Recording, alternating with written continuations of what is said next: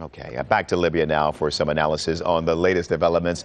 Shashank Joshi is the Royal United Services Institute. He's joining us now from London. It's good to speak with you.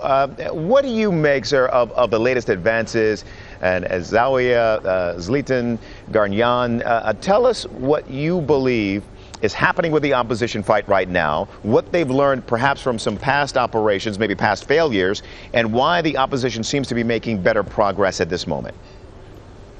Sure. Well, what they've learned above all is that they need to move forwards methodically, that they can't just rush ahead, take ground, but then be pushed straight back. They have absorbed that lesson, I think, very effectively, which is why they are still fighting to clear Zawiyah. They have taken a number of days to fight their way through, to take the refinery, and they have worked very hard at that, which is why I think they are very likely this time round, unlike on previous occasions, to actually hold the ground they've taken.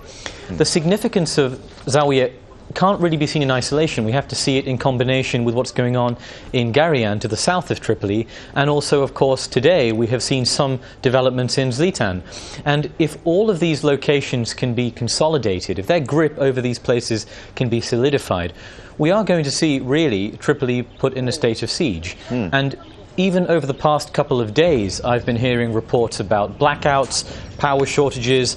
That's only going to get worse, and at some point it will inevitably have an effect on those living in Tripoli, and the regime will face a really serious challenge from within. Gotcha. So, Shashank, is it clear to you that NATO is assisting here, but perhaps has shifted from the mission of protecting civilians to actually assisting, coordinating the advances on Tripoli?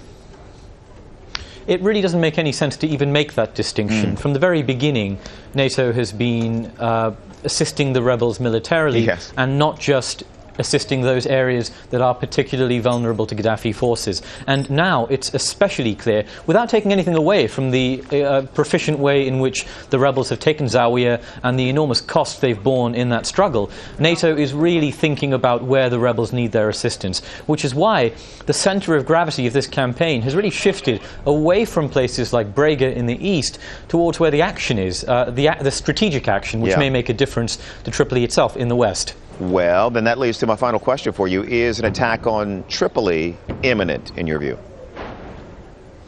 No, it's not imminent at all. The rebels know better than to rush in. And even if they did want to rush in, there is still a way to go. Zawiyah may only be 30 miles from Tripoli, but there is a considerable amount of resistance on the way. Not just Gaddafi forces, but also they are very vulnerable to rocket fire from sent from beyond the range of their own rockets. So I think we'll see them move carefully, and I wouldn't expect any kind of rush onto the capital city in the next several days. They will take this with all the strategic patience it requires, I think. Okay, Shashank Joshi, appreciate it. Thank you for your time. Good talking to you.